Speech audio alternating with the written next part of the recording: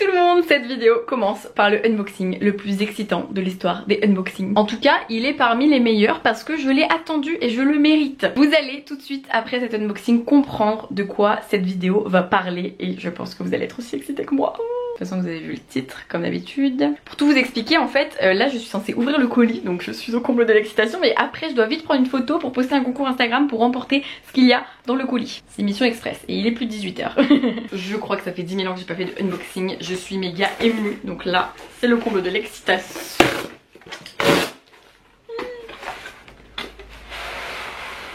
C'est à l'envers sinon c'est pas drôle. Elle est trop belle cette boîte. Je vais la garder, je pense. Waouh! Suspense.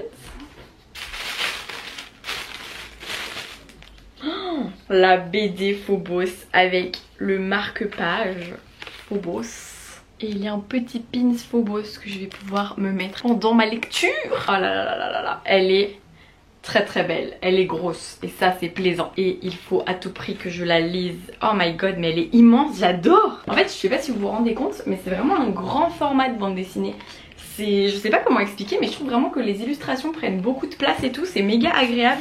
Oh, je suis trop émue de recevoir Phobos en BD, c'est trop bien. Et du coup dans cette vidéo je compte lire la BD. Aujourd'hui même je ne peux pas la lire je pense, mais je pense me poser tranquille et la lire probablement demain. Et du coup je vous filmerai ma lecture en temps direct avec mes réactions et ensuite je vous donnerai un avis détaillé avec un peu mon comparatif avec le tome 1 de Phobos etc. Et lundi 14 juin, donc vous aurez déjà vu la vidéo évidemment, mais du coup lundi 14 juin je vais interviewer Victor Dixon à une rencontre Babelio. Donc il y aura aussi des images de cette rencontre pour que vous puissiez avoir quelques réponses à vos questions à propos de la bande dessinée. Je pense que ça peut être super intéressant pour vous d'en apprendre un peu plus. Donc voilà, cette vidéo vlog est 100% dédiée à Phobos, mais en même temps elle n'a pas encore de construction précise et c'est ça qu'on aime, c'est qu'on va voir où ça nous emmène. Et oh là là là là, j'aime vraiment beaucoup comment Léonore est illustrée, je la trouve méga belle. Je vous fais un petit focus sur la couverture pour que vous puissiez l'admirer. Et ensuite on va se retrouver demain ou après-demain, peu importe, vous me retrouvez dans 3 secondes pour la lecture de la BD.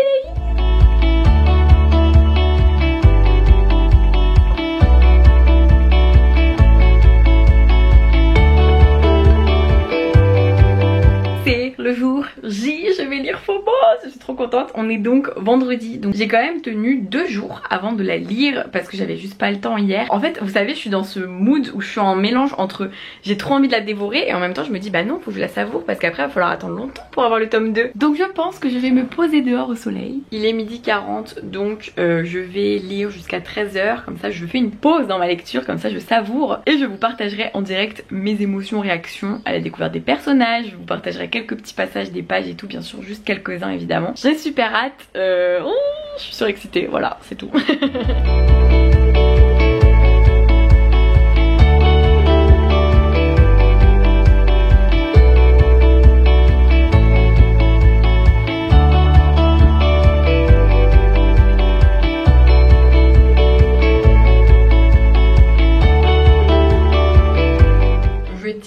Que les dessins de Eduardo Francisco sont vraiment sublimes et que dès la première page que je vais vous montrer, vraiment je trouve que Léonore est particulièrement réussie et j'ai hâte de découvrir les autres personnages parce que j'ai pas trop regardé justement quand il y avait la promo et tout pour éviter de me faire spoiler.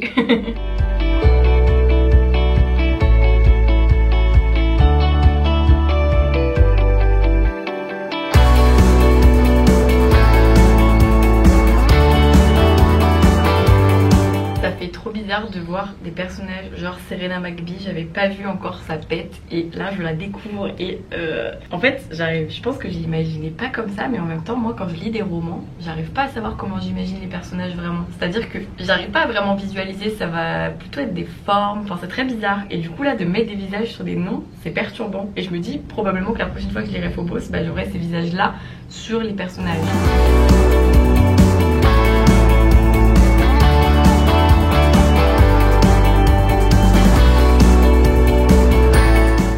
J'ai pu découvrir les filles et elles sont trop belles, vraiment je les trouve magnifiquement bien dessinées et ça correspond vraiment super bien à ce que j'aurais pu imaginer dans ce cas là, donc vous voyez je suis très satisfaite pour les filles.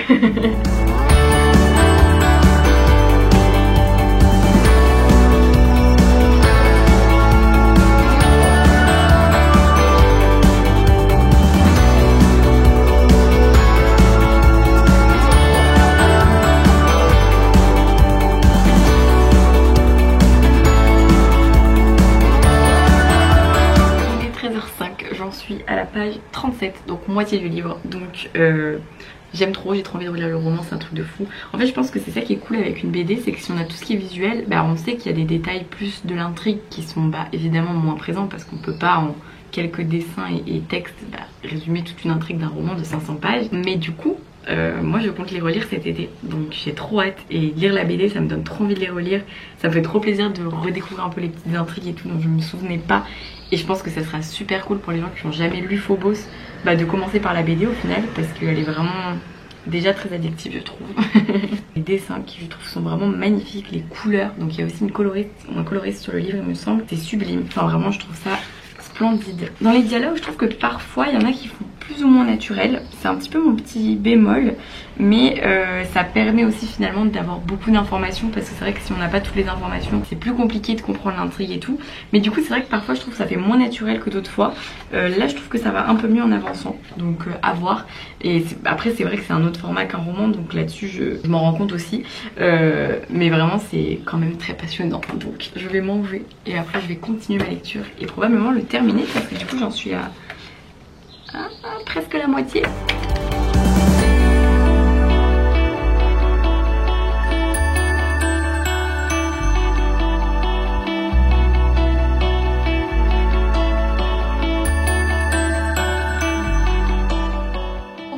Avouer, il fait méga super chaud dehors. Je sais même pas combien il fait, mais c'est une angoisse. Même dans l'appart j'ai chaud, du coup j'ai pas très envie de lire dehors. Là en plus c'est moins confortable que mon petit canapé. Donc je continue Phobos, je pense que je vais la terminer. J'ai un rendez-vous à... Ah mais ça va, j'ai un rendez-vous à 15h. Ouais, j'ai 1h10 devant moi parce qu'il est 13h50. Je pense que je vais pouvoir la terminer, avoir le temps de vous faire un petit retour et tout. C'est gentil. Alaska aussi elle est rentrée, vous voyez, je suis pas la seule à avoir trop chaud.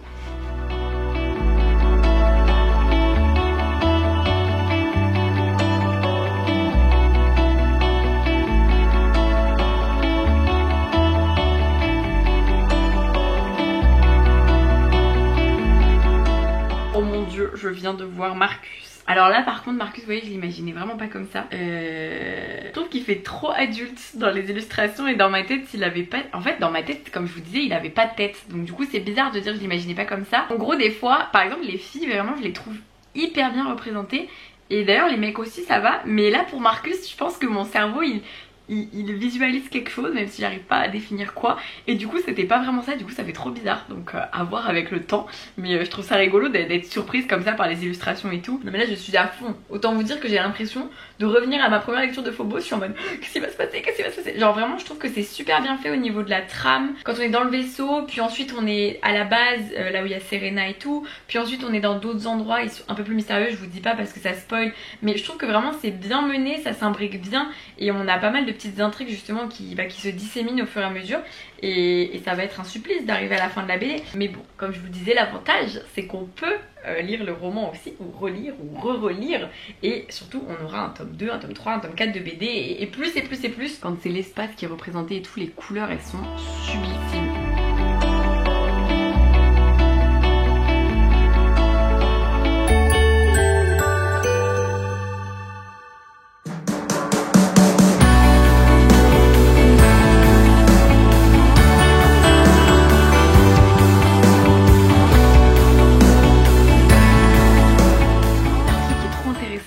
Du coup dans le format BD, c'est qu'il y a plein de choses qui sont très visuelles dans Phobos, et c'est vrai que dans les livres peut-être que j'avais un peu du mal à les visualiser, et là le fait que tout puisse être dessiné, je trouve que c'est vraiment magique à découvrir. Là il y a un truc tout bête, c'est juste les listes de cœurs des prétendants, je vous montre rapidement pour pas vous spoiler, mais en gros quand à la fin de la semaine de speed dating ils font des listes de cœurs, et du coup là de le voir comme ça je trouve que c'est tellement plus clair et tout, puis même de voir tout le décor autour et tout, c'est tellement plus vivant que voilà, j'adore, je trouve ça vraiment cool. Et du coup je voulais vous le dire parce que je trouve que c'est important de montrer tous les plus que peut apporter la BD, et en même temps il y a toujours des plus au roman aussi. Je pense que c'est vraiment deux formats qui peuvent très bien se compléter, et vraiment là j'ai ce sentiment que là j'ai qu'une envie, c'est de redévorer le roman pour redécouvrir tous les détails de l'intrigue, et en même temps si je lis le roman, je pense qu'il me manque tous ces détails visuels qui sont méga beaux et méga intéressants qui sont dans la BD. Et d'ailleurs pour ce qui est des dialogues, vous voyez, je trouve que c'est devenu 1000 fois plus naturel. Je pense que maintenant que les bases sont posées, les détails etc, là ça glisse tout seul et c'est beaucoup plus agréable, donc je suis très contente parce que c'était le seul petit bémol pour moi au début. Et je pense, comme je vous disais, que c'était vraiment cette histoire de caler un petit peu l'intrigue, les détails etc. Et maintenant que c'est fait, c'est parti. Allez, je continue. Je finis surtout parce qu'il me reste... Ah non mais je m'arrête à la dernière page en fait. J'en suis au moment où il y a écrit à suivre. J'ai envie de la suite. À la fin on a des petits secrets de fabrication. Trop bien. Eduardo Francisco qui fait les crayonnés puis qui encre. Ensuite il y a Chiara Di Francia qui colore. Et Fabio Amelia qui fait le lettrage, donc qui rajoute les textes en fait sur les illustrations. C'est vraiment sublime et on voit voilà les petites étapes. Et il y a plein d'autres petites choses un petit peu secrètes là à la fin avec des petites infos et tout. Je trouve ça trop cool. J'ai déjà hâte d'avoir la suite. Phobos c'est une saga qui est très visuelle quand on la lit parce qu'il y a tout ce concept de l'espace et tout. Et je trouve que la bande dessinée est un format qui lui fait vraiment honneur parce qu'au niveau des couleurs, des détails, parce que vraiment Eduardo Francisco a un trait qui est magnifique et qui est très détaillé. Je trouve que c'est sublime et les couleurs d'ailleurs aussi sont magnifiques. Enfin bref, c'est vraiment une réussite pour moi. Donc vraiment je suis conquise. Moi j'ai pas une très bonne mémoire. Donc c'est pour ça que je compte relire Phobos cet été. C'est prévu, je vais faire une grosse relecture commune, très libre, genre tout le monde pourra le lire un peu quand il veut. Mais l'année dernière j'ai relu les Harry Potter, cette année je veux relire les Phobos vu que c'est une de mes sagas complètement favorites. Donc je compte les relire parce que voilà, il y a plein de détails qui m'échappent. Et en même temps, en lisant la BD, je vous n'imaginez pas à quel point mon cœur palpite en mode oh, je veux relire Phobos pour avoir tous les petits détails et toutes les petites intrigues et tout, parce que j'ai des souvenirs qui me reviennent. Mais moi j'ai vraiment une mauvaise mémoire quand je lis des livres. Je retiens la base mais je retiens pas toujours les trucs, même si c'est des trucs importants et tout. Et je trouve ça cool parce que je sais qu'en relisant Phobos je vais quand même être surprise. Et rien que là j'étais déjà surprise de trucs que j'avais oubliés. Pourtant on est sur le début, la base que j'ai bien retenue. Mais non, il faut que je relise Phobos. En tout cas honnêtement je suis méga satisfaite de ma lecture. On appréhende toujours un peu je pense quand on se lance dans une BD d'une saga qu'on adore. Et alors vous voyez, moi vraiment là où j'ai été conquise dès le début c'est les dessins. Pour moi il n'y a rien à redire, c'est magnifique.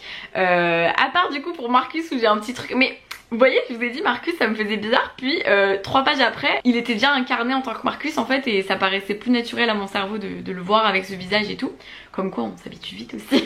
Je vous retrouve dans la dernière partie de cette vidéo dans quelques secondes pour vous, pour moi dans quelques jours, parce que j'anime la rencontre avec Victor Dixon lundi à Babelio.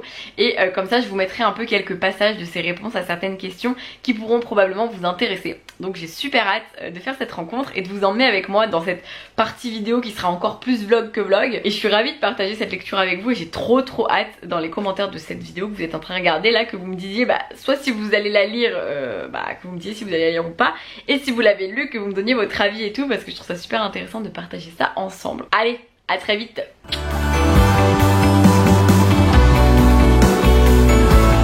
Nous sommes au jour de la rencontre Babelio, jour du vlog donc, et regardez je suis accompagnée de mon amoureux Alex et ma petite sœur Inès qui vont du coup prendre des images pendant la rencontre. Je vais donc vous filmer des petits moments de cette rencontre, ça va être trop chouette, vous allez pouvoir voir Victor Dixon, j'ai trop hâte, je commence un petit peu à stresser mais ça va, et j'espère que ça vous plaira d'assister un peu à la rencontre, du coup en retard et à distance, mais comme ça tout le monde peut un peu y assister à sa manière. Nous sommes avec Nathan qui travaille chez Babelio du coup, donc c'est dans ses bureaux.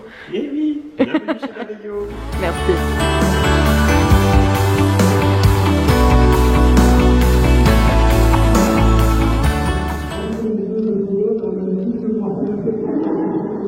Moi je vais commencer avec des questions de base, et la toute première question que je voulais te poser Victor après la bande dessinée, c'est comment est venue l'idée de la bande dessinée? Est-ce que tu l'avais dit? Qui n'a pas lu le roman? D'accord, il y en a quand même qui n'ont pas lu le roman, mais vous avez du coup lu la BD, vous avez découvert l'histoire par la BD. Parce qu'une BD pour moi c'est très proche d'un storyboard de film. C'est vraiment un pas vers l'écran, vers le visuel. Et en lisant la BD, en réalisant cette BD, j'avais un peu l'impression déjà de faire un storyboard. Et par ailleurs, je suis grand lecteur de BD, donc c'était aussi une satisfaction de faire cette exercice. Et qu'il me présente aussi plein d'illustrateurs, parce qu'on a fait un casting du coup d'illustrateurs pour voir qui avait le style qui correspondait le mieux. Et c'est comme ça qu'on a trouvé Eduardo Francisco, qui est un Brésilien, qui a beaucoup travaillé pour les éditeurs américains en comics. Vraiment le plus vraisemblable possible. Il fallait que le style graphique corresponde à ça. Mais parfois, les comics américains, que j'adore, parfois sont un peu stéréotypés, parce que c'était à la chaîne, tout ça. Et l'intérêt d'Eduardo, c'est qu'il a la précision du comics, mais il a aussi la sensibilité d'un auteur narratif, tout ça, pour les expressions. Moi, je reste un peu comme ça. C'est vrai qu'il a une très bonne visualisation dans l'espace, en particulier.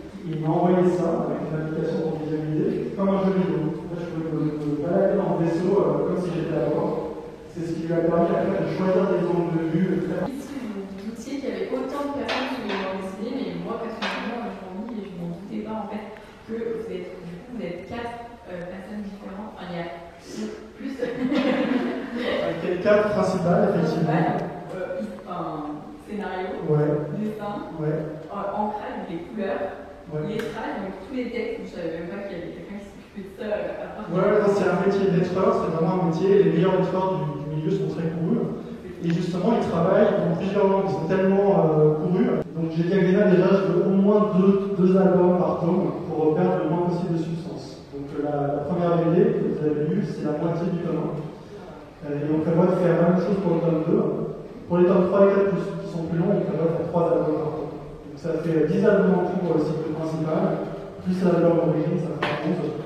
Voilà, pour le découpage. Après, pour la date de publication de chacun, ça dépend aussi du rythme de production de l'illustrateur. Je me demandais s'il avait laissé des petites choses un peu secrètes qu'on peut découvrir. Alors attention, c'est comme je disais tout à l'heure, cette BD, je la vends en vrai depuis seulement 2 jours, parce que j'habite aux États-Unis et l'éditeur n'a pas eu le temps de me l'envoyer. Donc c'est un peu une émotion de la découvrir comme ça imprimée. Et je sais que Eduardo nous a fait une petite blague. Je pense avoir cette question. Il y a des questions peut-être, il y a des micros. Je suis très content finalement du visage des enfants. C'est un visage très bien. Dans la promo, on n'a jamais fait les garçons. Donc en fait, je pense qu'on a aussi des surprises par leur visage parce qu'on les avait jamais remarqués. Alors moi, je suis vraiment le boulet, j'ai quand même reçu la box. J'ai pas remarqué que c'était marqué dessus. J'ai vu la BD. Moi, je vois marqué, je me dis, oh, je suis marqué ça. Et après, je revois ma photo Instagram, mais j'en sais quand même. Et je me dis, ah, mais il est dessus. C'est vrai que c'est le seul dans toute la campagne en fait, à l'apparition, c'est la seule fois où on montre un garçon.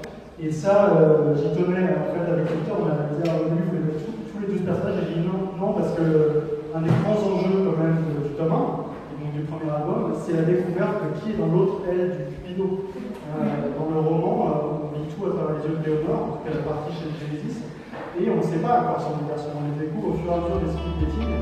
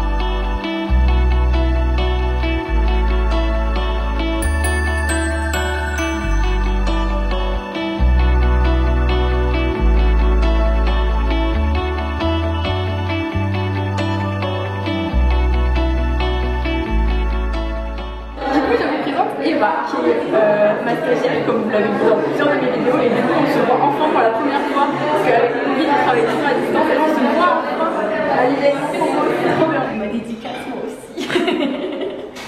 J'attendais que tout le monde parte. La logistique des tampons, des angles qui passent ou pas. Merci beaucoup.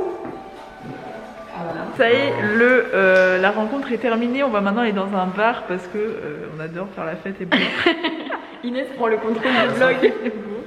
Nous avons ici Nathan. Voilà, j'espère que vous avez tous. Ok, bon bah j'allais dire, j'espère que vous avez tous acheté son livre. Bah non, du coup.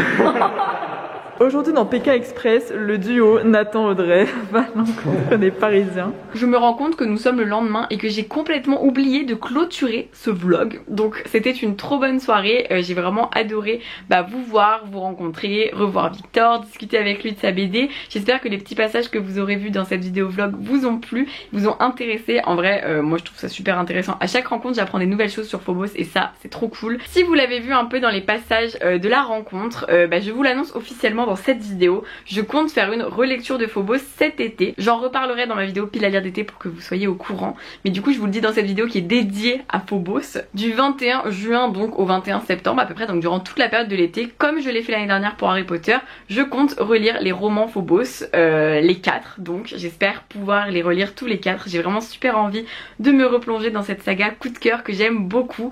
Et du coup si vous voulez me rejoindre sur ce petit challenge, je ferai je pense un post Instagram Phobos avec un hashtag comme l'année dernière pour Harry Potter qui sera relire Phobos. Vous pouvez me rejoindre même si vous n'avez jamais lu Phobos, c'est pas grave, vous utilisez quand même le hashtag relire Phobos pour que je vous vois sur Instagram ou sur Facebook ou sur tous les autres réseaux que vous voulez. Et comme ça je pourrais vous faire une petite vidéo bilan de ma relecture à la fin, soit dans ma vidéo pile à lire de l'été ou pile à lire de... bref je suis perdue mais vous avez compris. Le but c'est vraiment de le relire ensemble, mais il n'y a pas de date précise, c'est très libre, vous les relisez quand vous voulez. Le principe c'est juste de dire que cet été l'objectif c'est de lire ou relire Phobos. Et moi je passerai sous vos petites photos Instagram à chaque fois pour pouvoir vous souhaiter des bonnes lectures, parler avec vous des romans et n'hésitez pas à m'envoyer des messages comme d'habitude sur Instagram. Sinon la BD je vous la recommande énormément parce que j'ai beaucoup apprécié. Rien qu'avec la rencontre d'hier j'ai déjà envie de la relire pour pouvoir plus regarder en détail les illustrations comme disait Victor. C'est important aussi la BD, on peut avoir plusieurs lectures d'une BD et c'est ça qui est super intéressant. En plus j'ai une trop belle dédicace, attendez faut que je vous montre. Oh. D'après vous j'ai choisi quel personnage pour la dédicace? Parce que Victor a des tampons, c'est trop bien. J'ai choisi Safia, elle est trop belle. Voilà, la BD est tellement belle, je trouve que la dédicace a trop la classe, j'adore. Donc je vous recommande chaudement cette bande dessinée si c'est un format qui vous tente et si vous avez aimé Phobos, et même si vous n'avez pas lu Phobos, je vous la recommande aussi parce que ça vous fait une première plongée dans cet univers avec la BD et peut-être que ça vous donnera comme moi envie de lire ou relire le roman. Mais t'es pas dans le vlog toi? Merci d'avoir regardé cette vidéo, j'ai hâte de voir dans les commentaires si ça vous a plu, si vous comptez lire la BD, votre avis sur la BD si vous l'avez déjà lu, et je vous dis à très vite pour une prochaine vidéo, à très vite pour relire les Phobos et à très vite pour plein d'autres choses aussi. Je vous souhaite de bonnes lectures. J'ai cru comprendre qu'il y en avait une qui voulait vous dire au revoir aussi. Tu dis au revoir? Non?